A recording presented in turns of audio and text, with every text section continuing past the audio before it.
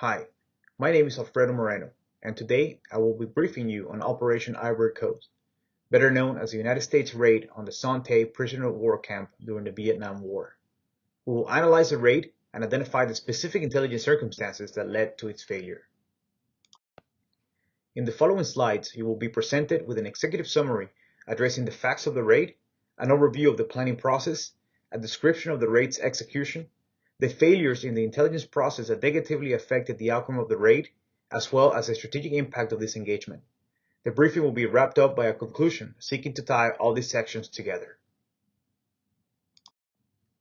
Operation Ivory Coast was a United States Special Operations raid that took place on 21 November 1970 and was conducted deep inside North Vietnamese territory at the Son Tay's prisoner of war camp. The objective of this military action was to rescue up to 55 American prisoners of war that were being held captive by North Vietnam.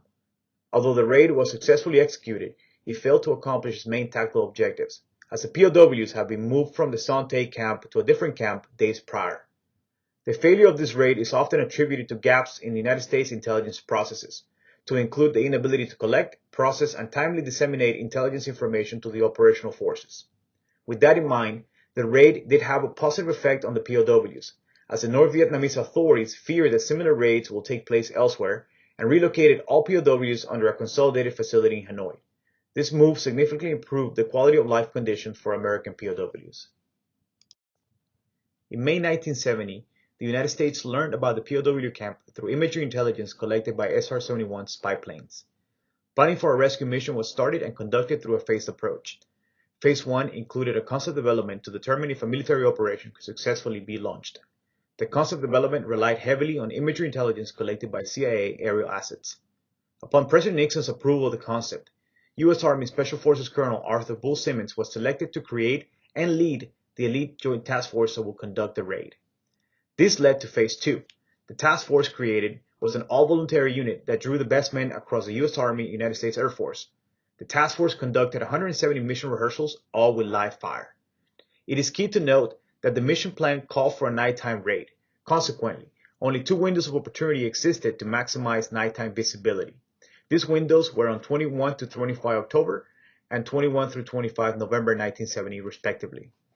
Phase 3 of the operation included the forward posture of the task force to CIA bases in Thailand and South Vietnam.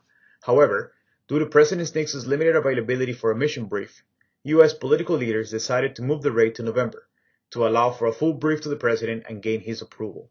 This delay eventually sealed the fate of the operation. Although collection of intelligence was prioritized, several challenges hindered such collection. The challenges included information compartmentalization by the CIA, as well as the limited collection and analysis capabilities existing at the time. These challenges ultimately impacted the speed of dissemination of actionable intelligence prior to mission execution. The raiders departed from airfields in Thailand and South Vietnam at 2200 hours on 20 November 1970, with the air infiltration phase of the operation lasting close to 5 hours. The raiders arrived at Son Tay in the early hours of 21 November and proceeded to execute their well-rehearsed plan. On target, one helicopter, call sign Banana 1, represented by the green helicopter, carried the 14-man Blue Boy platoon, tasked with eliminating the Vietnamese guards inside the POW compound, as well as securing all the POWs.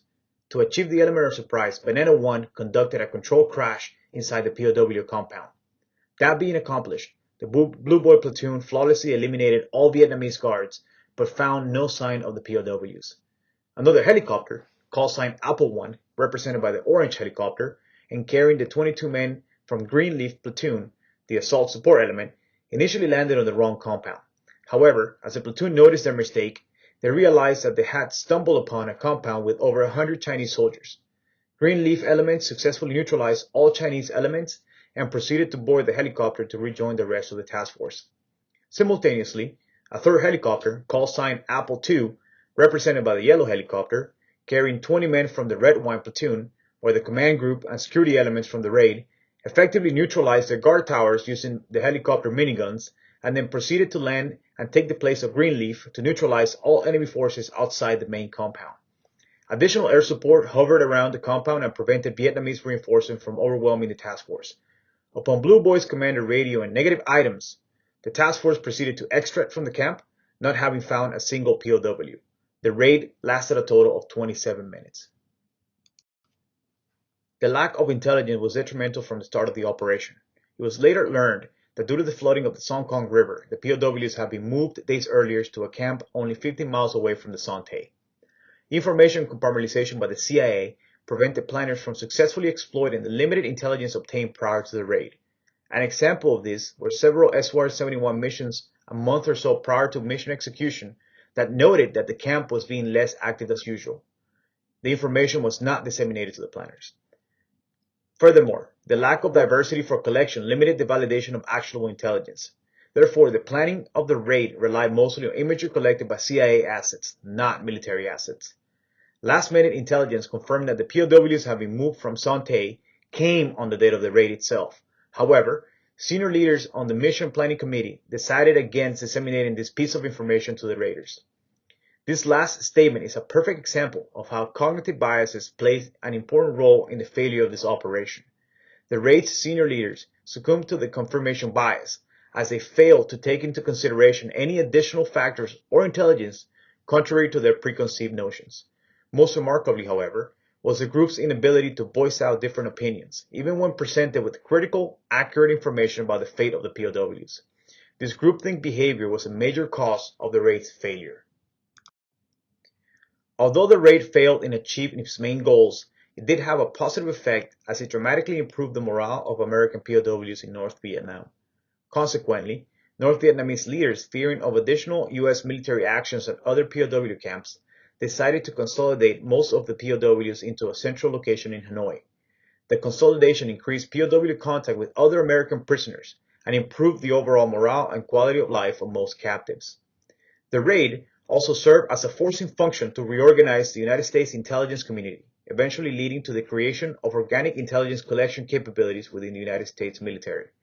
Lastly, the raid set the foundation for the creation of a full-time specialized military hostage rescue unit, the Special Forces Operational Detachment, Delta. In conclusion, the Son Tay raid is a clear example of the great impact that the intelligence cycle has on operational plans.